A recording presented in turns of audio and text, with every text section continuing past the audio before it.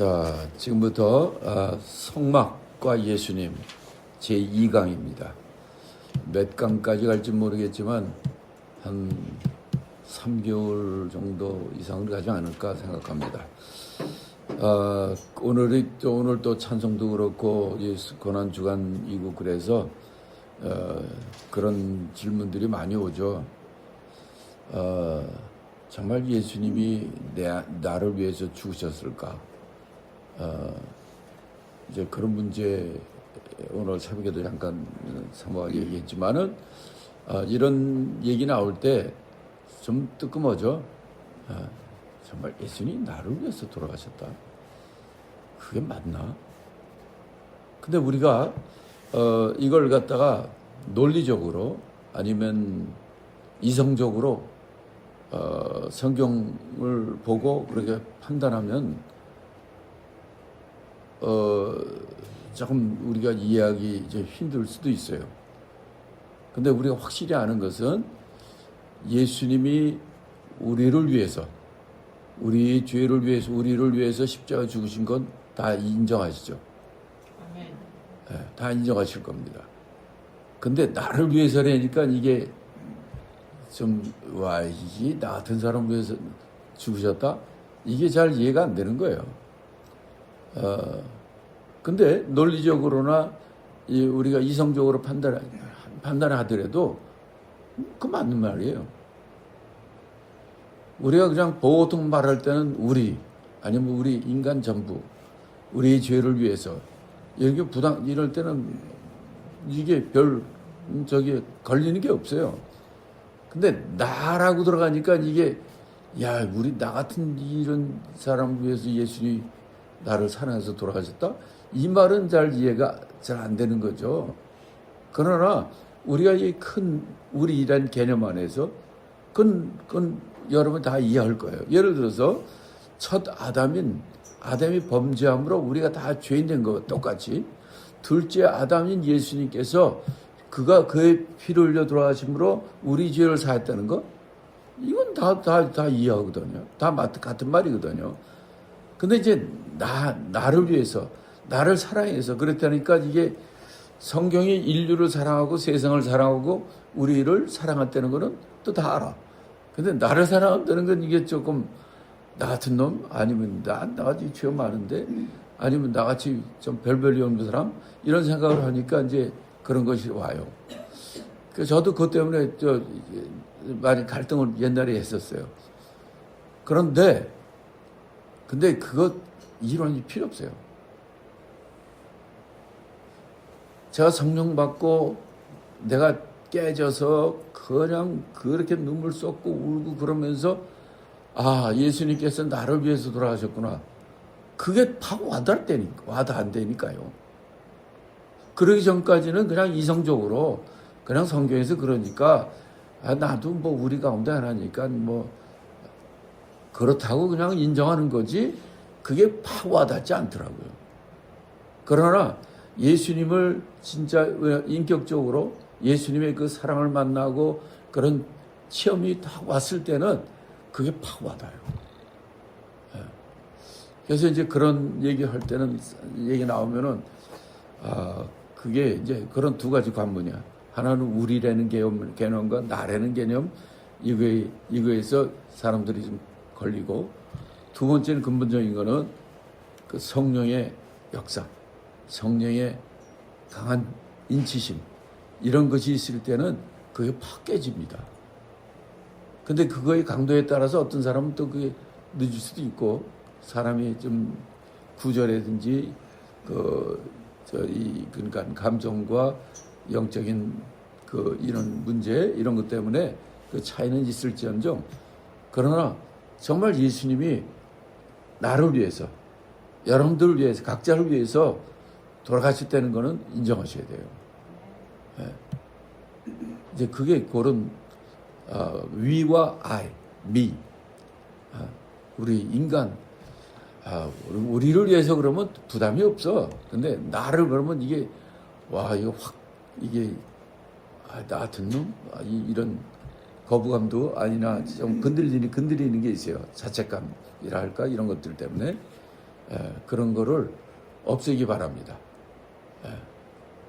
성령 충만하면 돼요. 성령 충만하면 그것이 그냥 딱 흐물어집니다. 그런 체험까지도 갖는 이번에 고난 주간이 되시길 바랍니다. 자, 이 성막과 예수님 제2강은 여러분이 지금 예수님 여러분이 가진 교재에 이제 우리가 앞뒤면 요거를 1시간 동안에 하겠습니다. 자, 자, 시 성막의 역사, 이번에 역사에 들어가는 건데, 역사, 우리가 다 같이 두 줄을 읽겠습니다. 성경은 하나님을 만나는 자리 변동의 역사입니다. 에덴 동산 이후 사람에게 가장 중요한 것은 하나님을 만나는 거예요. 그래요. 성막은 하나님을 계신 곳, 하나님을 만나는 곳, 하나님의 이름이 계신 곳, 이렇게 지난 시간에 했습니다. 그래서 하나님을 만나는 자리 변동의 역사입니다. 그 처음에는 이 땅에 하나님을 만나는 이런 구체적인 이런 것들은 나오질 않았고, 자, 그런데 이 처음으로 이제 이스라엘 백성이 그 애굽에서 430년 동안 종살이 하다가 그 하나님께서 모세를 통하여 출애굽시키고, 그래서 홍해바다를 건너고 광야에 들어왔잖아요. 이렇게 했을 때 이때 처음으로 하나님께서 그들에게 바로 하나님이 계신 곳, 이 성막을 그들에게 보여주신 거예요. 알려주신 거예요. 그들이 찾아가지고 그냥 단을 쌓고 이런 게 아니라 하나님이 지시하심을 받아가지고 첫 번째 이 성막이 나온 거예요. 이 성막은 어디라고 그랬습니까? 성막은 시내산 성막이에요. 그렇죠? 40년 광야 생활했을 때 시내산 있죠. 시내산 성막이고, 성경 구절도 제가 여러분을 위해서 이렇게 적었습니다. 같이 읽으시면 되는 거예요. 출애굽기 40장 2절. 너는 정월 초일 이래 성막 곧 회막을 세우고, 시내산에 올라왔을 때 하나님이 이렇게 얘기하신 거예요. 그래서 시내산 성막이 되는 것입니다. 두 번째는 시내산에서 40년 동안 시내산이 있는 광야에서 그렇게 해서 시내산 성막인데, 시내산에서 40년 끝난 다음에 그들은 가나안 땅에 들어가지 않습니까? 그때 가나안 땅 들어갔을 때 성전이 적기 전이기 때문에 이들은 임시로 회막을 졌어요. 성막을 진 거예요. 그때 장소가 어디냐면 실로 회막입니다. 실로 성막, 실로 회막이에요. 여호수아서 18장 1절.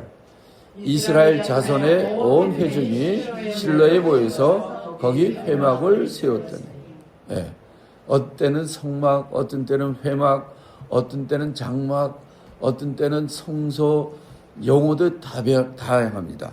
그러니까 우리 그다음 시간에 우리게 성막의 명칭에 대해서 또 공부할 텐데, 여기서는 그래서 광야 생활을 끝내고 가나안 땅에 들어갔을 때는 회막, 실로의 성막을 졌어요. 임시로. 왜? 성막이라는 거는 텐트이기 때문에 계속 옮기는 거예요. 근데 이제 가나안 땅에 들어가서 정착한 다음부터는 그 성전을 짓게 되는 거죠.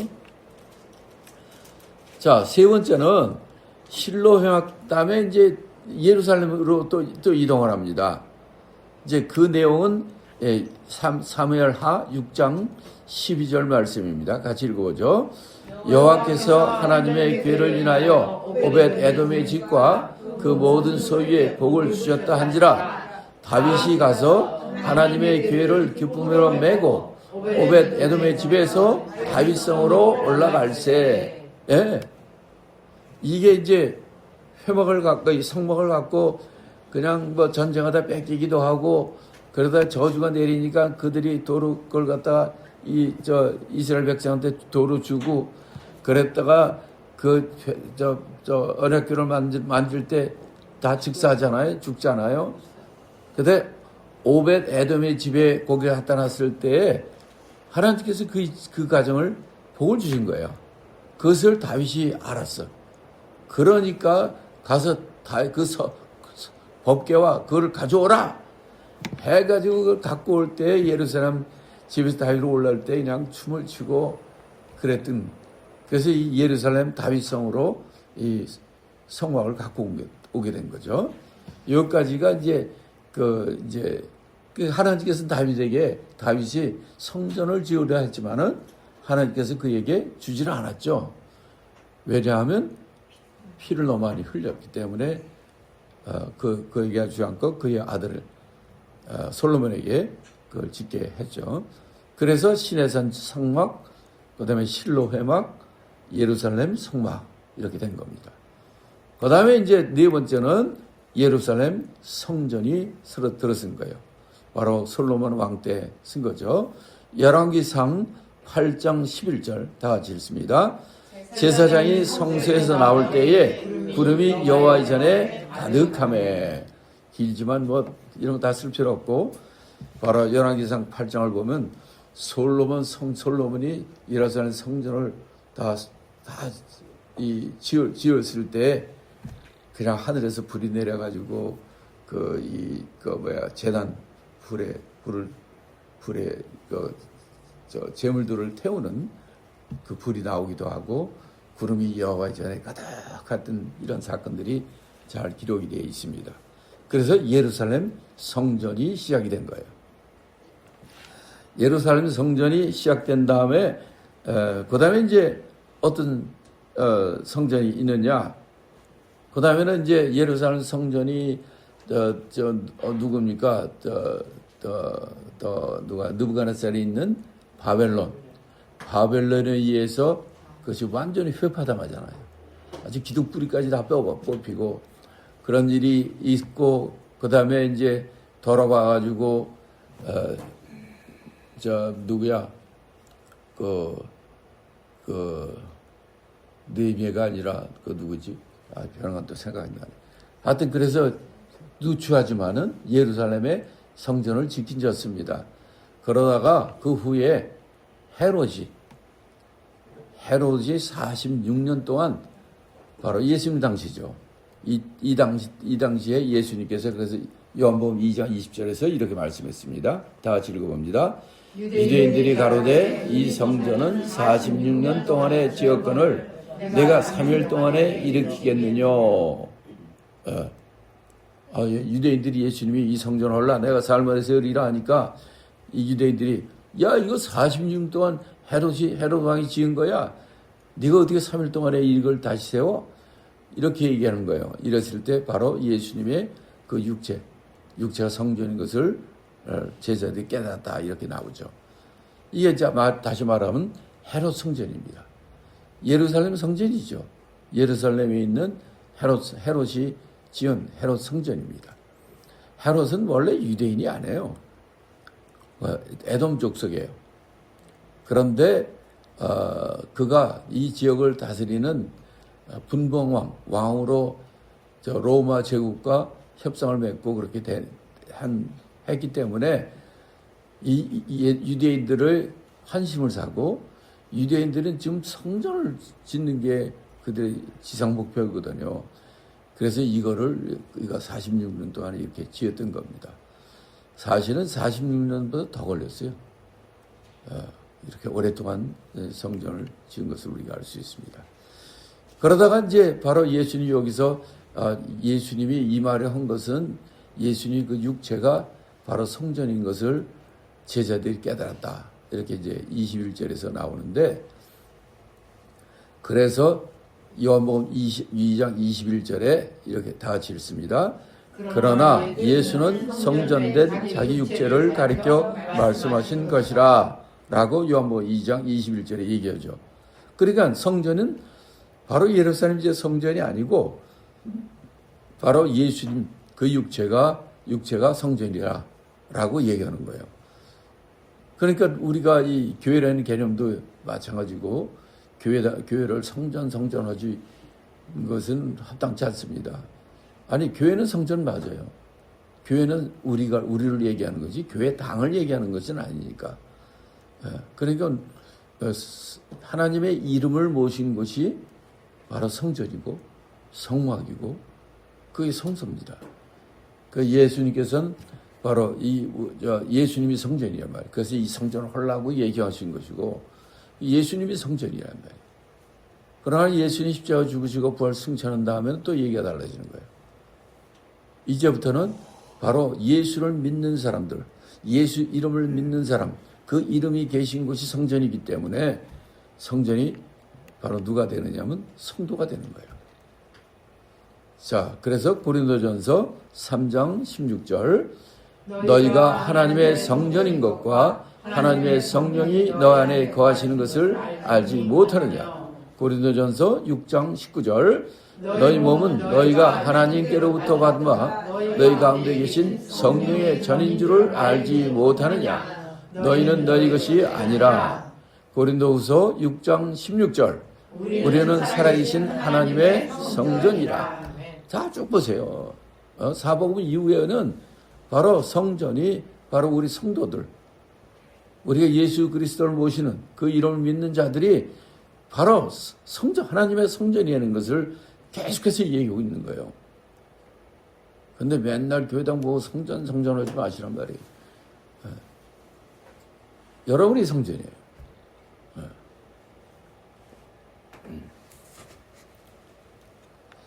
자, 이렇게 이제 우리가 계속해서 이 성막부터 이렇게 쭉 봤는데, 그 하나님 왜 성막을 우리에게 줬을까? 이 성막을 주신 것은 성막이 성전이 되고 성전이 바로 성전의 본체인 예수님이 성전이 된 것을 보여주고 그 예수를 믿는 자가 다 성전이 되는 것을 우리가 보여주기 위해서 이제 성막을 처음 보여준 거예요. 근데 이 성막은 바로 우리 인간의 두뇌와 인간의 지혜로 만든 것이 아니라 하늘에 있는 거예요. 하늘 성소입니다. 에? 하늘에 있는 것이 이 땅에 이 성막과 성전은 모형이야. 에. 그래서 우리가 그걸 어떻게 알 수 있느냐면 하늘 성전. 이제 다 끝난 다음에 바로 예수님도 성전이고 우리 예수를 이름을 믿는 우리도 성전인 우리가 하나님 이름이 있으니까 우리가 성전이에요. 근데 그 이름이 어디로 가느냐? 다 이름을 가진 예수님도 하늘로 가고 예수 이름을 믿는 우리 모든 성도들로 이제 주님 부르실 때 하늘나라 가잖아요. 왜 그러냐? 진짜 오리지널 성전은 하나님의 이름이 계신 곳이기 때문에 그 이름을 모신 모든 자들과 예수님도 하늘 성전에 올라간 거예요.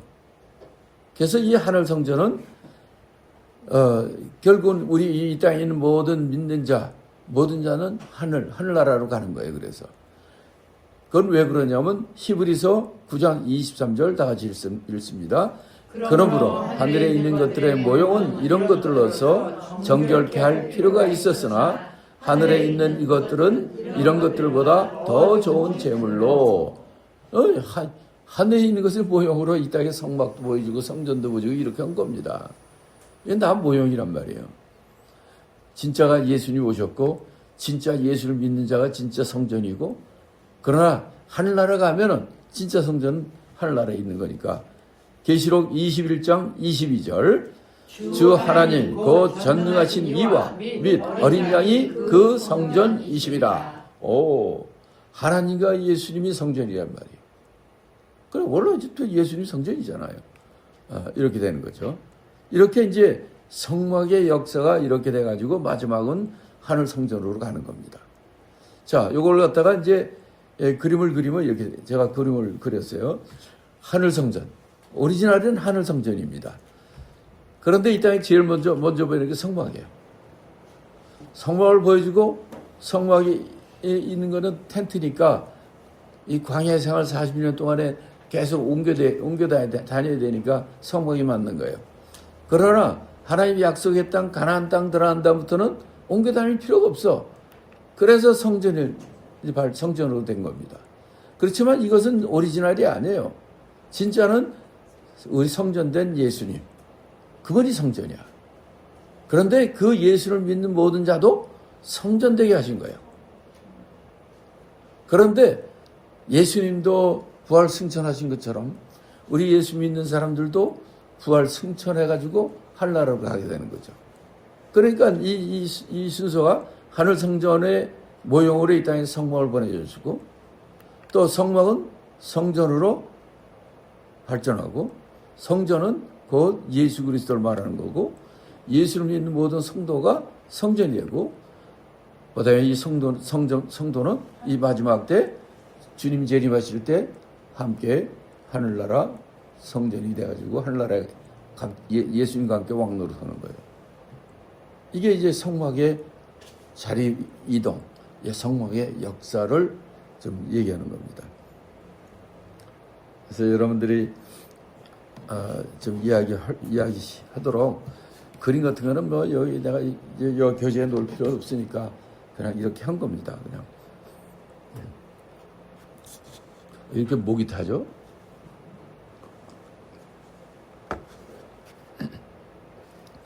그 다음에 이제 성막의 명칭에 대해서 우리가 또 공부하겠습니다.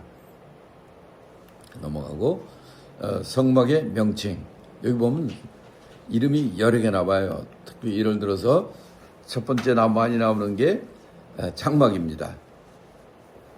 장막은 영어로 텐트라고 되어 있어요. 텐트. 출애굽기 25장 9절에 보면 이렇게 나옵니다. 무릇 내가 내게 보이는 대로 장막의 식양과 뭐 이렇게 쭉 나와요. 아, 이게 성막을 장막이라고 불렀구나. 이렇게 우리가 알 수가 있고 두 번째는 제일 많이 쓰는 성막 있는 단어입니다. 성막은 영어로 tabernacle. 이걸 갖다 이제 이 유대인의 7절기 중에서는 이게 초막절이라고 그래요. 성막, 초막. 그거 다 tabernacle. Feast of Tabernacle. 초막 절기 이렇게 되는 거죠. 그것도 tabernacle. 성막도 tabernacle예요. 자, 가장 많이 나오는 단어예요. 출애굽기 26장 30절. 너는 산에서 보인 식양대로 성막을 세울지니라. 40장에도 또 여러 군데 성막이 많이 나옵니다. 제일 많이 나오는 거예요. 장막, 텐트, 성막, 태버나클. 자, 그 다음에 세 번째는 뭐냐면 회막이라는 단어입니다. 회, 교회 할 때 회, 모일 회자. 텐트 오브 미팅. 모이는, 회중이 모이는 그 텐트를 회막이라고 그래요. 이게 이제 성막이에요. 그들이 회막, 성막 중심으로 모임을 갖기 때문에 회막이라는 단어를 써요. 텐트 오브 미팅. 출애굽기 29장 42절. 이는 너희가 대대로 여호와 앞 회막 문에서 드릴 번제니라. 예, 회막, 장막, 성막 다 똑같은 이름이에요. 근데 이렇게 이름을 그때 따라서 이렇게 모이는 그 어떤 성격이나 이런 걸 따라서 장막, 성막, 회막 이렇게 여러 개를 쓰죠. 또 하나 다른 단어들은 뭐냐면 이게 많이 있지만 이건 다 읽지 않아도 다 아시겠죠. 뭐 회막이라는 단어만 나온 거예요. 제가 뽑은 겁니다. 자, 네 번째는 뭐라고 그러냐면 증거막이라고 그래요. 다시 말하면 Tabernacle of Testimony, 증거, testimony, 증거하는 초막, 장막이라는 뜻이죠.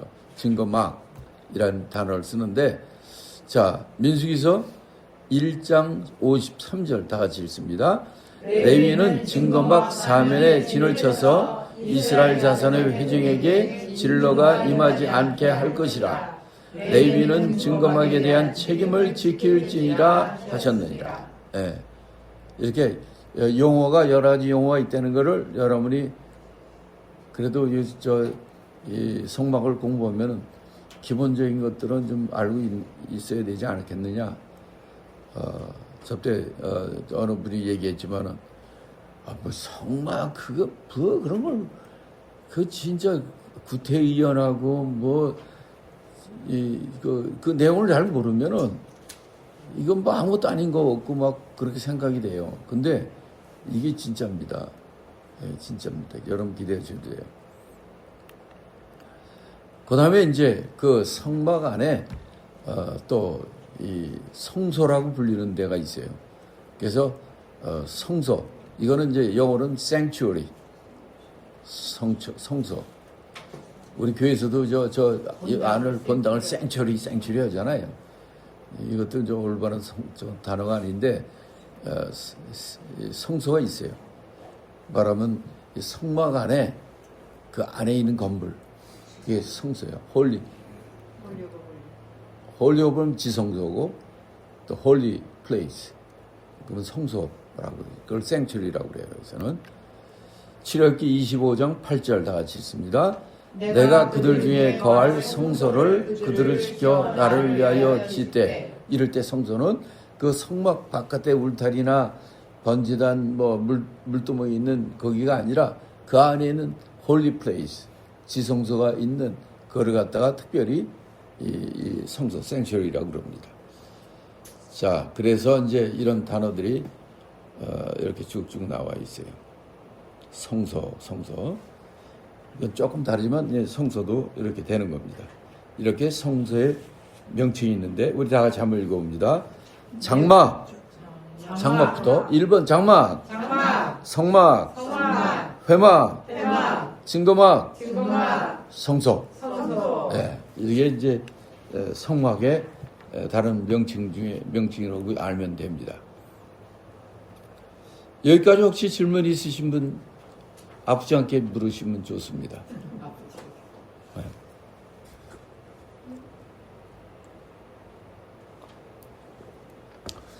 장로님이 질문이 없으면 뭐 없는 거지 뭐. 속으로는 있을지 몰라도 표를 안 내서. 아, 졸리면 졸리다 그러세요. 네. 자, 우리가 이렇게 성막의 명칭까지 했고, 이 다음에는 이제 여러분이 보이는 게 성막인데, 이 성막의 설계에 대해서 성막의 설계, 성막의 재료, 기본적인 것은 오늘 다 끝나고 서론 부분은 끝나고 다음 주부터는 이제 울타리, 그다음에 문, 그다음에 번제단, 그다음에 물두멍, 또 성소, 어떻게 성소를 짓는지, 재료는 뭐가 들었는지, 어떻게 하는지, 또 그 안에 진설병, 금 떡상, 금 등대, 금 촛대, 또 금 향단, 그 다음에 휘장, 그 다음에 그 안에 들어가면, 그렇죠. 법궤, 언약궤, 증거궤, 세 가지 이름이 있는데, 그거 있고, 그 지성소 안, 그 모습을 보고, 그 다음에 이제 이걸 다 하는 사람들이 이제 제사장들이거든요. 제사장들에 대해서, 그 다음에는 절기에 대해서, 아니면 또 그걸 이동할 때는 어떻게 해야 되는지, 뭐 여러 가지 재미난 것들이 있어요. 자, 이 시간에는 이 성막은 이런 모양인데 이것을 어떻게 이 설교를 이거 어떻게 해서 한 것인가 하는 것을 우리가 성경을 통해서 좀 보겠습니다. 바로 이 성막의 모양은 다 많이 보셨을 거예요. 이 성막은 특징이 뭐냐면 울타리가 흰 울타리예요. 흰세모포예요. 이 광야에서 흰세모포. 사람이 없고 그냥 그 벌판에 흰세모포로 울타리가 쫙 보이는 거예요. 그리고 반짝반짝해요. 왜냐면 은으로 덮개, 은덮개, 기둥장 덮개를 갖다 은으로 돼 있어요. 그래서 빛이 반사되고 막 비치고 다들 여러 가지 좋은 모양들이 있는데 이 설계를 어떻게 하는 것인지 우리가 한번 보겠습니다. 자, 먼저 출애굽기 25장 8절 9절 다 같이 읽습니다.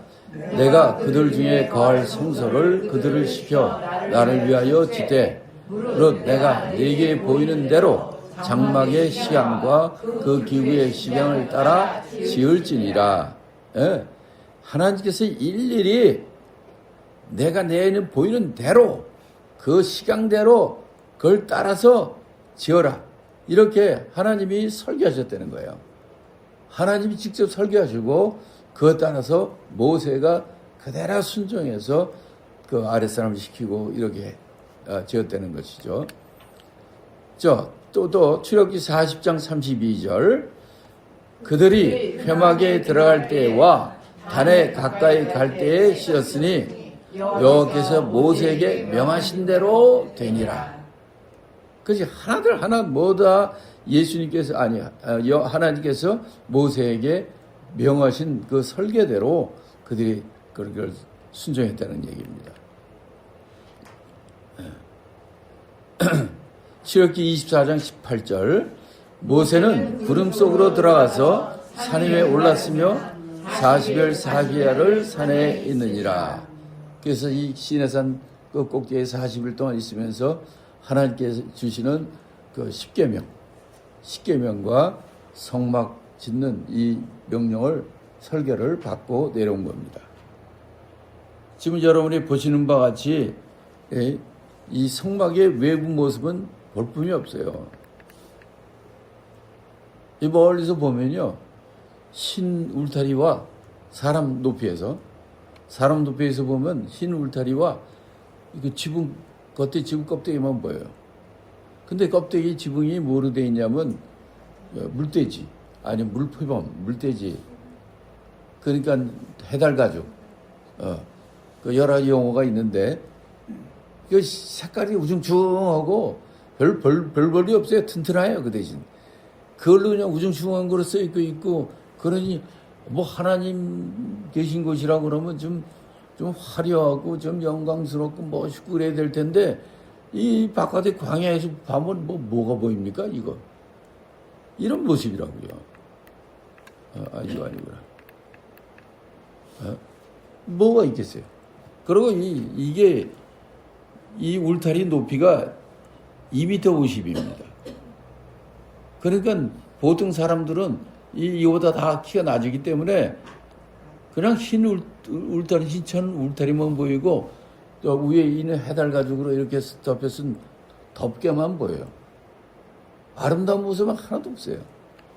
이런 모습의 이 설계를 이렇게 하나님이 시키셨고, 자, 이렇게 이 볼품없는, 외부에서 봤을 땐 볼품없는 모습이지만은 이것은 바로 정말 예수님께서 하나님의 이 모습은 이 세상에 왔을 때는 정말 볼품없는 그런 모습이지만 이 모습은 바로 우리가 성경에서 얘기하는 이사야서 53장 2절 우리 한번 다 같이 읽습니다.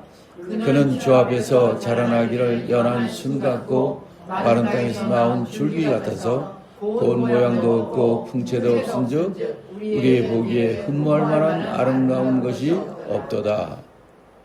그래요. 이 하나님의 성막도 그랬고 이 땅에 예수님의 모습도 그랬고요. 그다음에 무슨 얘기 하려고 그랬는데 잊어버렸네.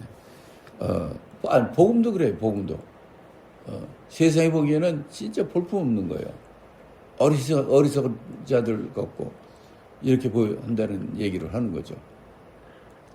고린도전서 2장 14절 말씀, 육에 속한 사람은 하나님의 성령의 일을 받지 아니하나니 저희에게는 미련하게 보이며 또 깨닫지 못하느니 이런 일은 영적으로야 분별함이니라.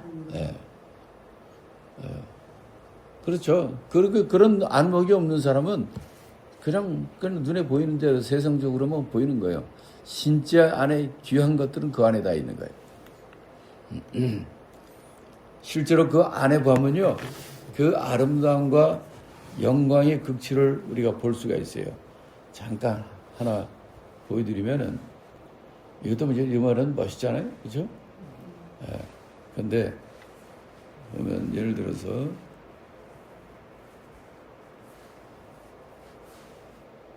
이것만 해도 이건 좀 모양이 좀 그렇다.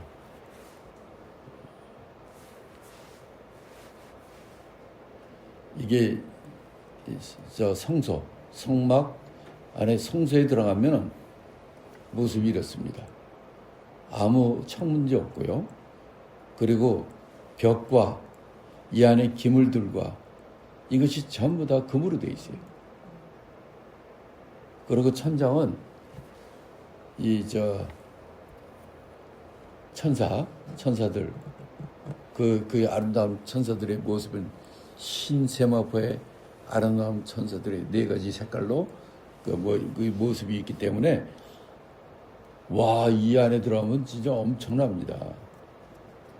예, 한번 기회가 되면은 유레카 스프링스에 거기 태버나클 풀 사이즈가 있어요. 거기 한번 갔다 오시면 좋겠네요. 갔다 오신 분 있나요? 야, 나는 뭐 몇 번을 갔다 왔는데 한 번도 못. 제가 모시고 한번 가야 되겠네. 날짜 잡죠. 예? 1박 2일로 갔다 오면 돼요. 이제 거기 가면 패션 플레이라고 일주일 동안 예수님의 그 고난, 그 다음에 십자가의 죽으심과 또 부활, 승천까지 풀 스케일로 산에서 이쪽 산이 이렇게 돼 있고 또 이 산이 이렇게 돼 있는데 이쪽 산에 전부 의자 보는 의자들이 쫙 돼 있어요.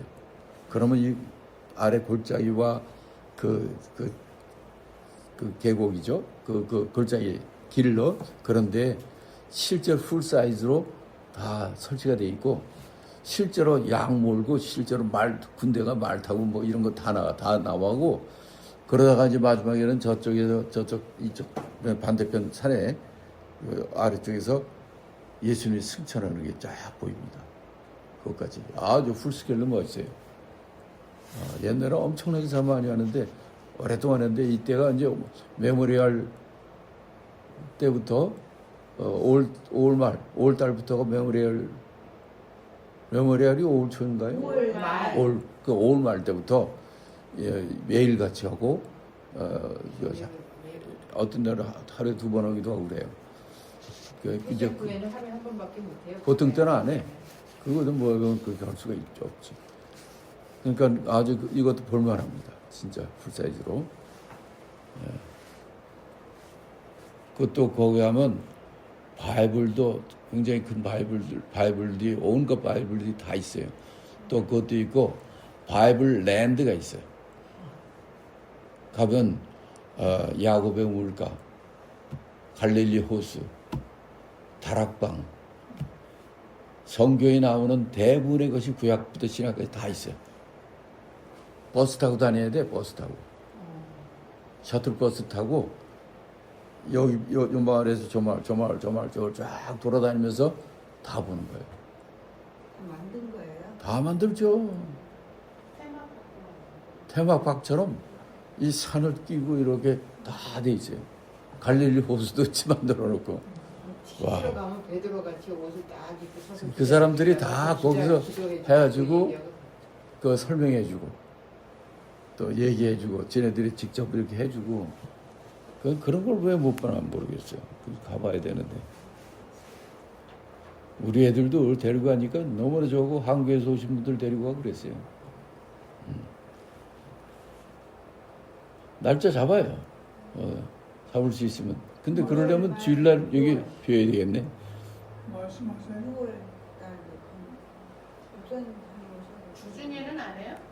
주중에도 하죠. 주중에 딱 맞으면 또 그럴 때 가도 되고. 저 우리 같은 교회는 사실 주일 비는 것보다는 주중에 하는 게 나은데 그거는 이제 한번 날짜를 잡아야지. 휴가를 맡아서 하든지. 그래도 좋은 방법이에요.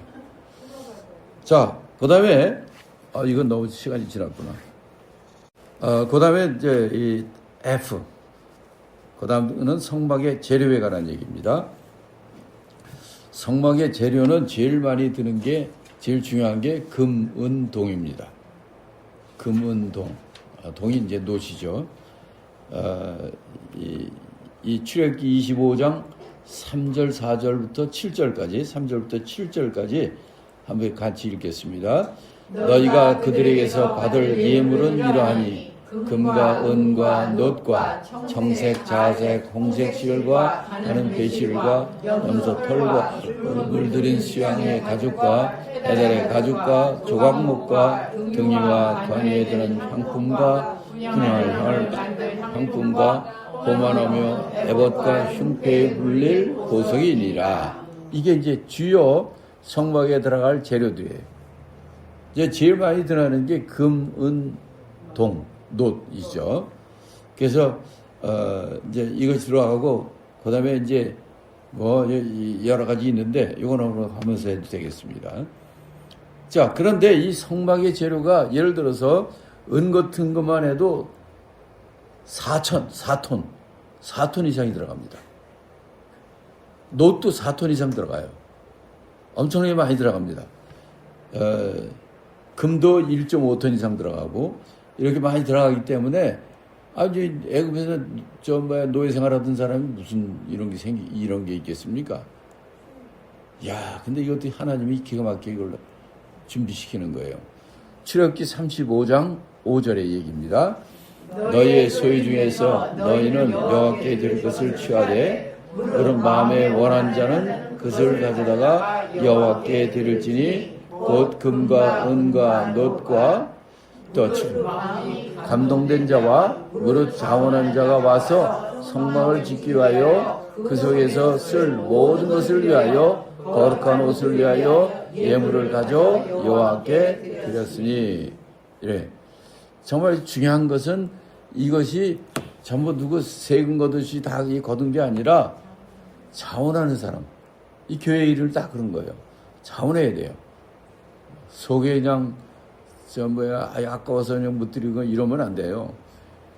그 감동된 자와 자원하는 자들이 내는 것을 가지고 하나님의 성막을 짓는 겁니다. 이것이 아주 굉장히 중요한 거죠. 자, 그래서 금은 대략 30달란트. 한 달란트는 90근이에요. 90파운드. 100파운드 가까이 되는 거예요. 아니, 금 29달란트가 들어간다고. 왜냐하면 이 금 등대만 해도 1달란트예요. 그 다음에 이 성소를 지을 때에 전부 금으로 싸거든요. 많이 들어가요. 안에 또 성소에 있는 것은 금떡상, 금촛대, 금향단, 그 다음에 법궤 다 금이에요. 그래서 29달란트에 730, 대략 이게 30달란트 가까이 들고 이게 1.5톤이라고 얘기합니다. 그 다음에 이제 은은 이게 100달란트 좀 넘어요. 내가 보면 이게 한 5톤이 되지 않나 생각되는데, 뭐든 이런 책에는, 이제 책들에는 4톤이라고 좀 많이 얘기를 하더라고. 근데 내가 계산해 보니까 4톤이 넘더라고. 하여튼 뭐, 그거는 큰 중요한 일이 아니니까. 놋도 마찬가지예요. 동도 4톤 이상의, 많은 것들이 오는데, 아니, 이런 금 1.5톤, 4톤의 은과 동, 이런 것들이 도대체 엄청난 것이 어디서 나오느냐 이거죠. 자, 이게 이제 이스라엘 백성들이 이 광야까지 와서 여기서 드린 거란 말이에요. 출애굽해가지고 홍해 바다 건너고 광야에 와가지고 여기서 드린 건데, 이 드린 물질에 대해서 성경에 보니까 이렇게 돼 있어요. 출애굽기 11장 2절 읽습니다. 백성에게 말하여 남녀로 각기 이웃에게 금, 은, 폐물을 구하게 하라 하시더니, 하나님이 모세에게 얘기한 거예요. 백성한테 얘기해라. 너희들 이웃인 애굽 사람들한테 가서 금은 폐물을 구하게 하라. 이렇게 얘기하신 거예요. 그 다음에 출애굽기 12장 35절에는 또 뭐라고 되어 있냐면, 이스라엘 자손이 모세의 말대로 하여 애굽 사람에게 은금 폐물과 의복을 구하매 여호와께서 애굽 사람으로 백성에게 은혜를 입히게 하사 그들이 구하는 대로 주게 하심으로 그들이 애굽 사람의 물품을 취하였더라. 그렇지. 아니, 노예로 400년 이상 지냈는데 무슨 지소유가 어떻게 있겠습니까? 그전엔 자기 소유가 있었죠. 근데 노예는 자기 게 없는 거예요. 그런데 하나님께서 이스라엘 백성들에게 애굽 사람들이 그들이 이제 은혜를 있게 하시니까 그들이 이렇게 달란 대로 이렇게 줬다는 거예요. 그래서 이 물질을 갖고 이 남자만 60만 명, 여자 60만 명, 또 애들까지 200만, 300만이나 되는 이 사람들이 이렇게 다 들고 갖고 와가지고 이 많은 금은 놋 모든 이 물품들을 다 하나님이 준비시켜 주신 겁니다. 그걸 보면은 우리가 사는 것도 그래요. 우리가 제가 지난 주일에도 얘기했지만은 먼저 그 나라와 그 일을 구하면 너에게 필요한 모든 먹을 거, 입을 거, 마실 거 이걸 다 하나님께서 해주시지 않겠느냐는 거죠. 바로 여기서 이 얘기예요. 이들이 먹을 게 없는 광야에서 만나를 매일같이 주듯이 이것을 믿는 자는 복이 있어요. 그래서 감사한 거는 제가 목회할 때는 돈 걱정도 많이 하고 그랬지만은 선교하면서는 너무 좋은 거예요. 돈 걱정을 할 필요가 없어요. 그냥 열심히 뛰고 기도하고 하면은 물질을 착착착 대주니까 지금까지도. 그러니까 나는 사실 내가 복받은 사람이죠. 나는 내가 땡전 한 번 못 벌고 여기서 사례비 주는 것도 돈 하나 나 만져보지도 못해요. 그대로 다 그냥 선교기금으로 다 들어가니까 나는 하나도 건드리지 못합니다. 그래서 교회 11조도 못해요. 저는 그 선교기금으로 다 들어가 버리니까 나는 이 교회나 하나 국교 하나 다 11조가 아니라 10분의 10조를 다 하는데 내가 어디 할 수가 없지 뭐. 그런데 여기서도 보세요. 이 사람들 진짜 노예로 살면서 그렇게 사는데 정말 하나님께서 해주니까 이 엄청난 것들을 다 이들이 다 나눠서 가지고 광야까지 오지 않습니까? 하나님의 일은 이렇게 모든 각 사람들이 정말 하나님의 일용할 양식을 주시고 하나님이 함께 해주신다는 걸 믿고 나가는 이런 정신, 이런 마음 상태로 갈 때 여러분 근심한다고 염려한다고 하나 더 생깁니까? 그냥 마음 걱정만 하는 거지. 걱정할 시간 없어요. 저 잘 썼어요 아주. No worry, pray more, no worry. worry less. 하여튼 그런 뜻이지. 그런 우리 안디옥 교회 성도들이 되시기 바랍니다. 네. 자, 그래 첫째는 이건 자원하는 마음으로 하나님께 드린 겁니다. 정말 우리가 이 하나님께 드릴 때 진짜 억지로 드린 사람 한 사람도 없고 정말 기쁨으로 하나님께서 받은 것에 감사함으로 자원하는 마음으로 하나님께 드리는 자가 되시기 바랍니다. 난 감사한 게 이 교회 목회할 때부터도 그렇고 하면 거의 100% 교인들이 다 11조였어요. 그러니까 교인이 100명이 안 돼도 300명 넘는 교회 예산보다 더 많아. 그리고 저희 3분의 1은 선교에 쓰고. 그러니까 성도들도 이게 내가 떼먹지 않고 이렇게 하니까 전부들 그렇게 열심히 또 믿음이 자라고 그렇게 되는 것을 보는 겁니다. 자, 중요한 것은 이렇게 자원하는 마음으로 하나님께 드리고 이 모든 것이 하나님이 주신 것이기 때문에 하나님께 돌리는 이런 마음이 아주 중요한 겁니다. 자, 출애굽기 35장 21절부터 29절 여기 아주 몇 개 빼었지만 같이 읽습니다. 무릇 마음이 감동된 자와 무릇 자원한 자가 와서 성막을 짓기 위하여 그 속에 쓸 모든 것을 위하여 거룩한 옷을 위하여 예물을 가져 여호와께 드렸으니 곧 마음에 원하는 남녀가 와서 가슴 피눅 귀걸이와 가락지와 목걸이와 여러 가지 금품을 가져왔을 때 사람마다 여호와께 금 예물을 드렸으며 마음에 원하는 이스라엘 자손의 남녀마다 여호와께 즐거이 드림이 이러하였더라. 이렇게 이런 마음을 가지고 하나님이 할 때 하나님이 역사하는 겁니다. 자, 출애굽기 36장 5절 6절 모세에게 구하여 이르되 백성이 너무 많이 가져오므로 여호와의 명하신 일에 쓰기에 남음이 있나이다. 모세가 명을 내리되 그들이 진중에 공포하여 가로되 물은 남녀하고 성소에 드릴 예물을 다시 만들지 말라 하매 백성이 가져오기를 정지하니. 와, 이 교회도 이렇게 됐으면 좋겠어. 야, 참 이 사람들 대단한데 이게 이 몇백만이나 되는 사람이 어떻게 이렇게 마음이 이렇게 전부들 감동이 되고 자원하는 마음으로 너무 많이 갖고 와서 어떻게 할 수가 없어서 스탑 시킨 거예요. 야, 이 성령의 감동이 굉장히 많이 역사한 것 같습니다. 우리 교회들도 정말 이랬으면 좋겠어요. 자, 성막에 들어가는 7단계라고 되어 있는데 요거를 우리가 지금 나머지 시간 동안에 요걸 같이 잠깐 하겠습니다.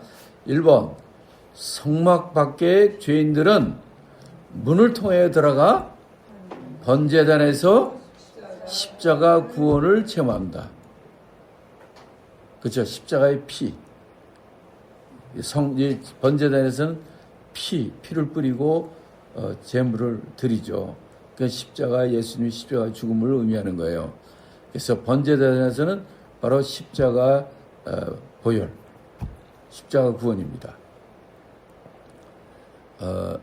여기서 이제 7단계, 1단계 첫 번째 단계는 이제 울타리가 있는데 울타리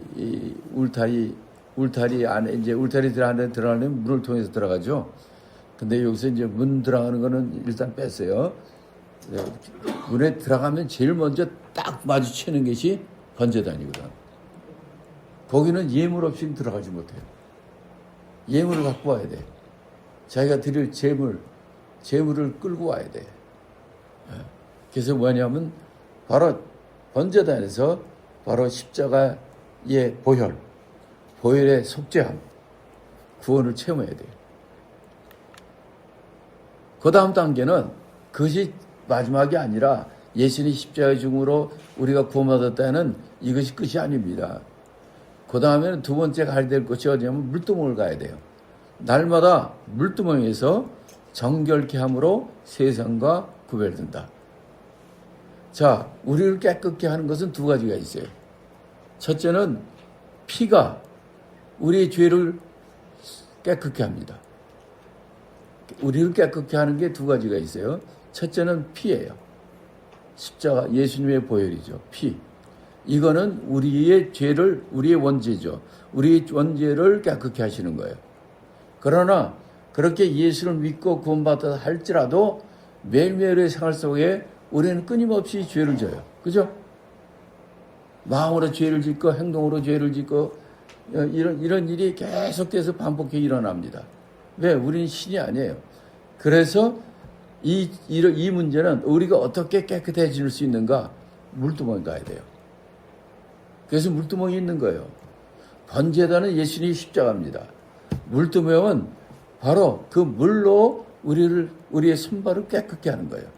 우리의 행위, 우리의 마음을 깨끗게 정결케 하는 거예요.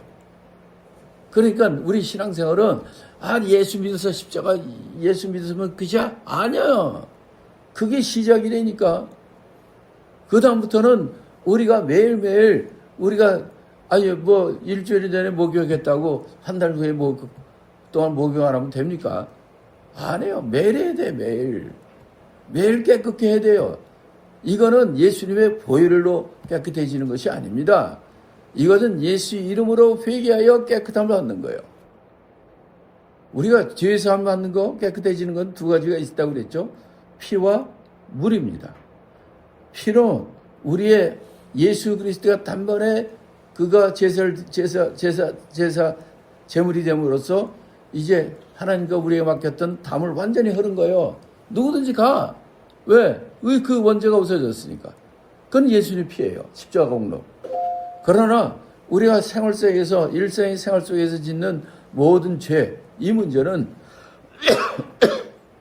예수님 십자가 공로가 아니라니까. 바로 그 예수님의 이름으로 회개하여 죄산 받는 거예요.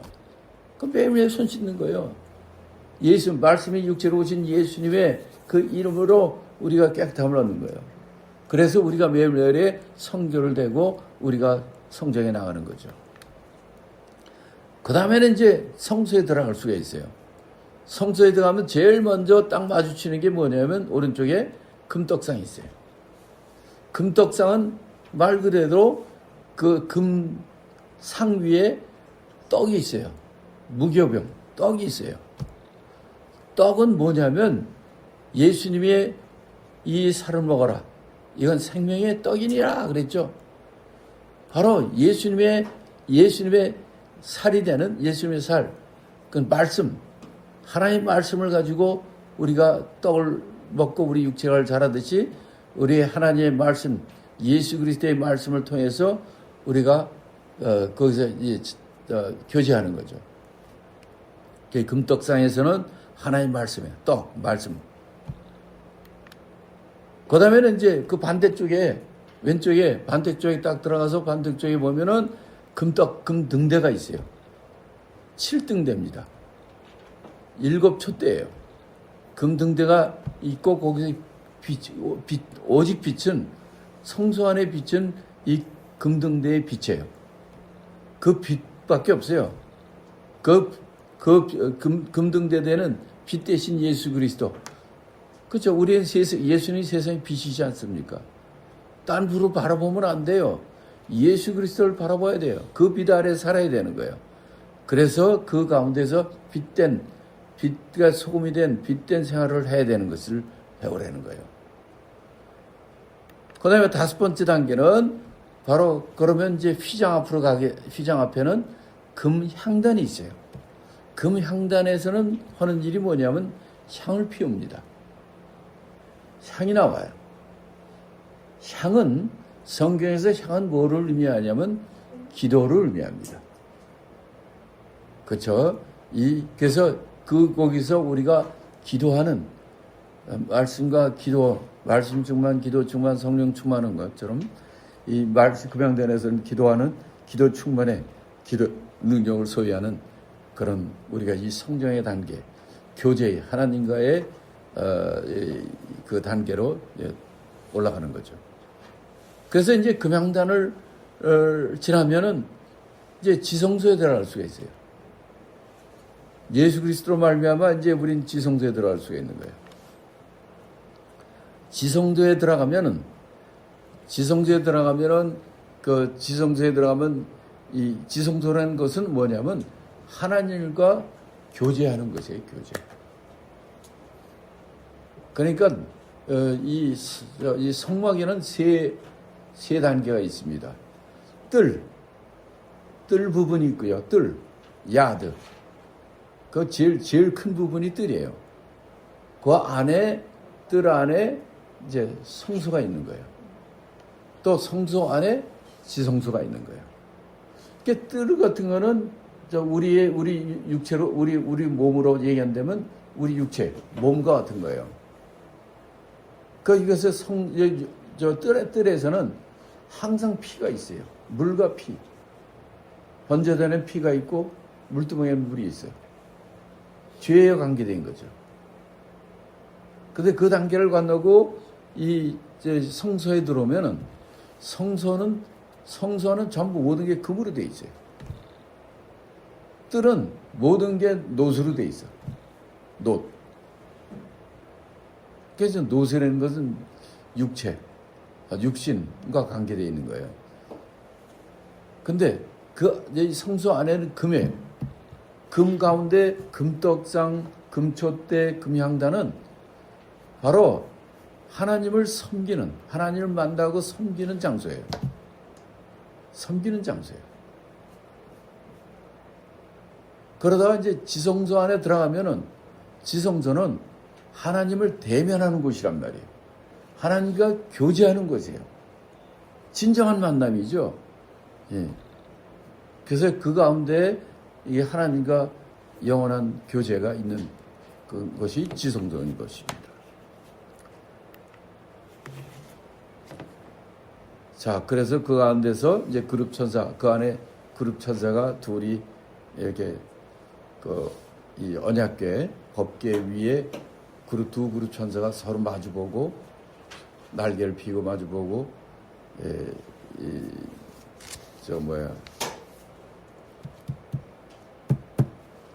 뭐라 그러지? mercy seat.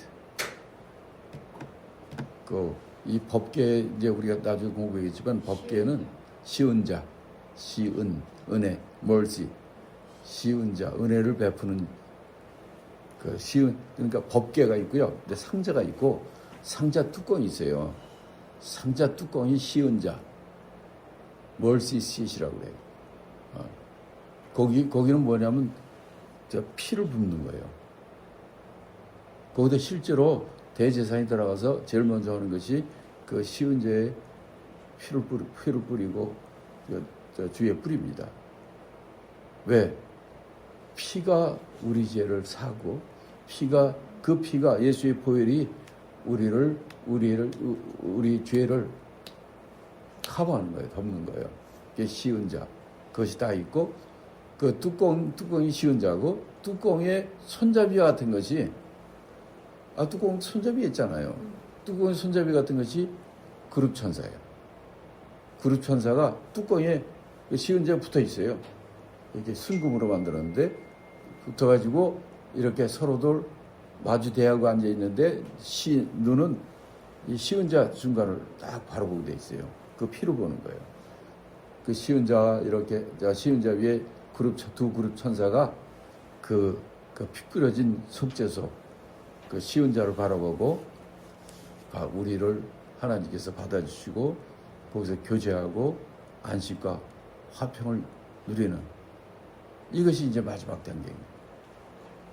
이렇게 7단계 여기서 지금 6, 7번은 이걸 하나 근데 어떻게 내가 이거 빼먹었나 보다.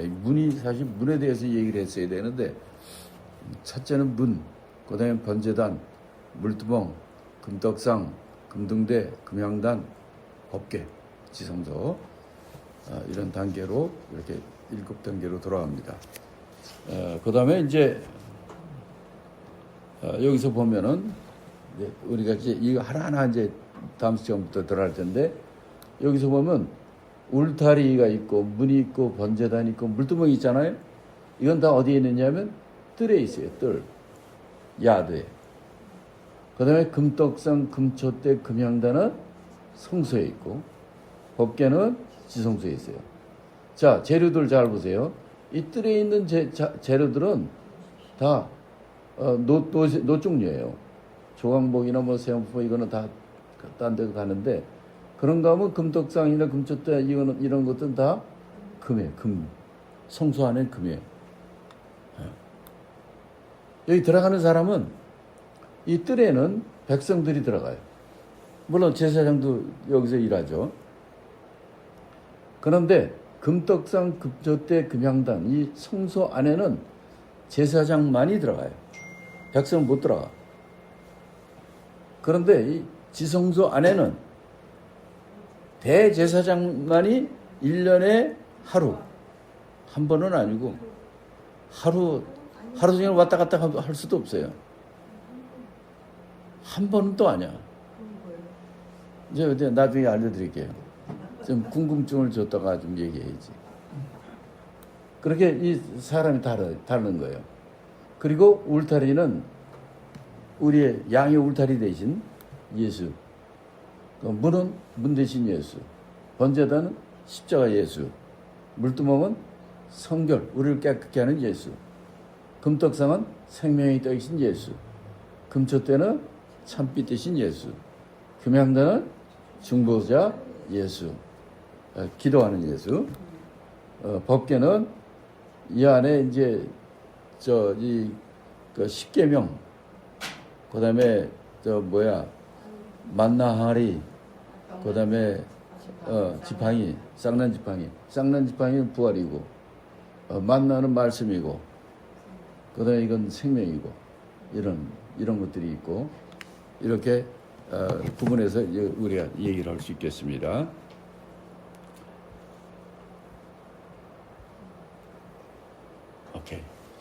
자, 여기까지 우리가 오랜 시간 동안에 수고하셨습니다.